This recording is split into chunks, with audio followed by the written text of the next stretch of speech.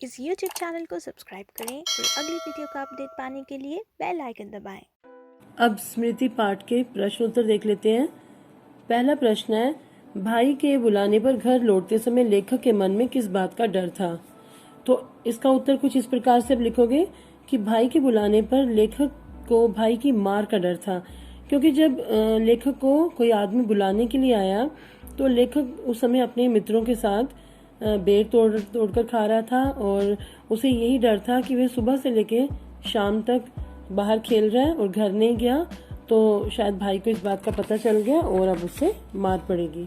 Second question है, मक्खनपुर पढ़ने जाने वाली बच्चों की टोली रास्ते में पड़ने वाले कुएं में ढेला क्यों फेंकती थी? तो इसका आंसर लिखेंगे आप कि एक दिन बच्चों ने मिलकर कुएं में ढेला फेंककर ये जानना चाहा था कि कुएं में से, कच्चा कुआं था वो, तो उसमें से आवाज कैसी आती है। पर जैसे ही उन्होंने उसमें ढेला फेंका तो वहां से सांप की फुसकार सुनाई दी। तब से उनका रोज का ये क्रम बन गया था कि सांप की फुसकार सुनने के लिए उसमें ढेला फेंकते थे और सांप की आवाज को सुन के खुश होते थे। थर्ड क्वेश्चन इज, सांप ने फुसकार मारी या नहीं, ढेला उसे लगा या नहीं, ये बात अब तक स्मरण नहीं। ये कथन लेखक की किस मनोदशा को स्पष्ट करता है? मनोदशा होती है मन की दशा, मन की हालत। तो इसमें आप लिखोगे कि लेखक ने जब कुएं में सांप की फुसकार सुनने के लिए मिट्टी का ढेला जमीन से उठा के कुएं में फेंकने की कोशिश की, तो झुकने के कारण उसकी टोपी के में से निकलकर जो चिट्ठियां थी वो कुएं में लहराती हुई गिर गई। तो घबराहट के कारण कि अब उसे मार पड़ेगी, वो डर गया था कि उसकी चिट्ठियां नीचे गिर रही हैं, कुएं में चली गई हैं, तो उसे ये याद ही नहीं, उसको इस बात का ध्यान ही नहीं कि सामने फुसकार मारी या नहीं, ढेला उसे लगा या नहीं। मतलब ये कि ये उसकी घबराहट पूर्ण दशा को दर्शाता है। अब फोर्थ क्वेश्चन देख लेते हैं, किन कारणों से लेखक ने चिट्ठियों को कुएं से निकालने का निर्णय किया? तो इसके आंसर में आप लिखोगे कि लेखक ने कुएं में गिरी चिट्ठियों को निकालने का निर्णय इसलिए लिया क्योंकि घर लौटकर सच बोलने पर रुई की तरह धुनाई होती। मतलब भाई उसे खूब मारता और मार के ख्याल से उसका शरीर कांप रहा था और उसे उसके मन में एक डर बैठ गया था और सच बोलकर पिटने के भय से और झूठ बोलकर चिट्ठियों के ना पहुंचने की जिम्मेदारी के बोझ से भी दबा जा रहा था। अगर वो झूठ बोलता कि चिट्ठियां मैंने पोस्ट कर दी हैं, डाकखाने में डाल दी हैं, तो चिट्ठियां अगर अपने गंतव्य पर नहीं पहुंचती तो भाई को पता चल जाता तो भी मार पड़ती। और सबसे बड़ी बात, उसे झूठ बोलना आता नहीं था। ये पॉइंट आप दोगे कि एक तो उसे झूठ बोलना नहीं आता था और सच बोलने पर उसकी खूब धुलाई होती। तो उसने यही निर्णय लिया कि इससे बेहतर है कि वे कुएं में से चिट्ठियां निकालने का प्रयत्न करें। फिफ्थ क्वेश्चन है, सांप का ध्यान बटाने के लिए लेखक ने क्या क्या युक्तियां अपनाई? तो इसका उत्तर इस प्रकार लिखोगे कि सांप का ध्यान बटाने के लिए लेखक ने सांप के एक तरफ मिट्टी गिराई, जब उसने उस तरफ आक्रमण किया तो उसकी दूसरी तरफ की चिट्ठी उसने डंडे के सहारे से वहां से निकाल ली। फिर उसने सांप के दूसरी ओर डंडा फेंका तो सांप ने उस पर आक्रमण किया और अपना जहर उस पर उगल दिया।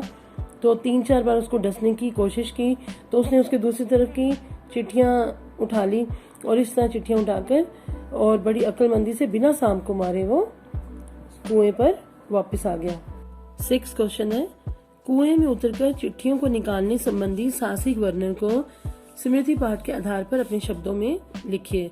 तो इसके उत्तर में आप आरंभ में लिखेंगे कि कुएं में उतरकर चिट्ठियों को निकालने संबंधी जो निर्णय था वही बड़ा भयानक था कि सांप उसे काट सकता था, लेकिन उसने अपनी हिम्मत नहीं हारी क्योंकि उसे विश्वास था अपने डंडे पर कि जिसके सहारे उसने कई सांपों को मारा था।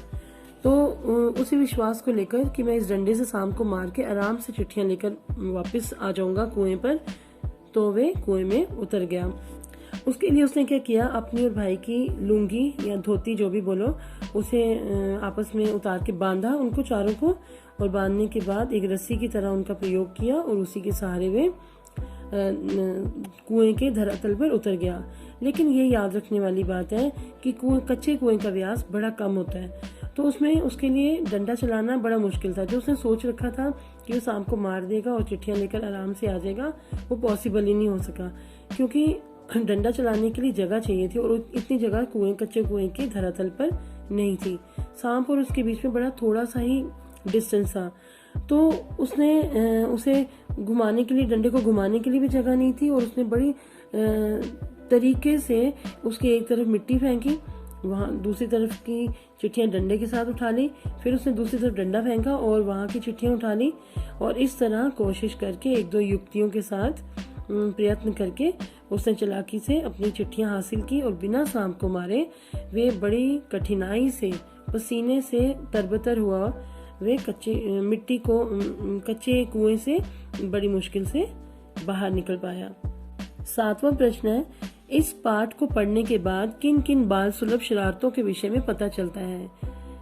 तो आप इसमें अपनी थोड़ी थिंकिंग पावर भी यूज कर सकते हो कि बच्चे किस तरह के होते हैं। आपको पता ही, आप अपने आप को देखो तो आपकी शरारतें, आपका उठना बैठना, वो बातें और कुछ इस कहानी से रिलेटेड जो है वो सारी लिख सकते हो। जैसे कुएं में पत्थर फेंकना, सांप की फुसकार सुनना, खतरनाक पशुओं को छेड़ना, विभिन्न खतरे उठाना, नई नई युक्तियां सोचना, पेड़ों से पत्थर मारकर आम उतारना, या फिर डंडे से बेर तोड़ना या आम तोड़ना, या फिर जानवरों के पीछे भागना, उनको पत्थर से मारना, ये भिन्न बातें, या फिर सुबह से लेकर शाम तक घर के बाहर जब तक कि माता पिता बुलाए ना बाहर खेलते रहना, ये सारी जो बाल सुलभ शरारतें हैं इनके बारे में हम इसमें मेंशन करोगे। 8th क्वेश्चन है, मनुष्य का अनुमान और भावी योजनाएं कभी कभी कितनी मिथ्या और उल्टी निकलती हैं, इसका आशय स्पष्ट कीजिए। तो आप लिखोगे कि मनुष्य का अनुमान और भावी योजनाएं कभी कभी कितनी मिथ्या और उल्टी निकलती हैं। ये बात बिल्कुल सच है। इंसान सोचता कुछ है और होता कुछ है। ये जरूरी नहीं है कि जो उसने सोचा है हमेशा वही बात उसी तरह से बिल्कुल सही निकले। जिस तरह से, फिर आप उदाहरण दे सकते हो, जिस तरह से लेखक ने सोचा था कि वे कुएं के अंदर उतर के अपने डंडे के सहारे सांप को मार डालेगा और चिट्ठियां लेकर आ जाएगा, लेकिन ऐसा कुछ भी नहीं हुआ। उल्टा इसका उल्टा कि उसको बड़े तरीके से, बड़ी युक्ति के साथ उसे वहां से चिट्ठियां उठाने में मेहनत करनी पड़ी, और बिना सांप को मारे ही वे वापस लौट आया। 9th क्वेश्चन है, फल तो किसी दूसरी शक्ति पर निर्भर है, पाठ के संदर्भ में इस पंक्ति का आशय स्पष्ट कीजिए। तो इसके उत्तर में आप लिख सकते हो कि मनुष्य किसी काम के लिए प्रयास करता है, पर फल उसके हाथ में नहीं होता। फल किसी दूसरी शक्ति अर्थात ईश्वर के हाथ में होता है। ये स्पेशली आपको मेंशन करना है, ईश्वर के हाथ में होता है, क्योंकि किस्मत में क्या लिखा है हम में से किसी को नहीं मालूम। हम सोचते जरूर है, हम काम तो करते हैं, लेकिन हमारे कर्म का क्या फल मिलेगा ये हमें नहीं मालूम होता। जैसे उदाहरण फिर इसमें आप दोगे कि जैसे लेखक ने सोचा था कि वो बड़े आराम से कुएं में जाकर चिट्ठियां ले लेगा, या फिर उसका ग्रास बन जाएगा सांप का, तो जो होगा देखी जाएगी, पर मैं चिट्ठियां लेने के लिए कुएं में जरूर उतरूंगा। और उसने वही किया भी, लेकिन ये सोचकर किया कि मुझे अपना कर्म करना है, फल की चिंता नहीं करनी है, जो होगा देखा जाएगा। कुएं में लेखक को सांप डस भी सकता था और वे मर भी सकता था उसके हाथों, या फिर उसको मार भी सकता था। तो इसीलिए लेखक ने कहा कि फल तो किसी दूसरी शक्ति पर निर्भर है, हमें तो सिर्फ अपना कर्म करना है, बाकी छोड़ देना है, भूल जाना है।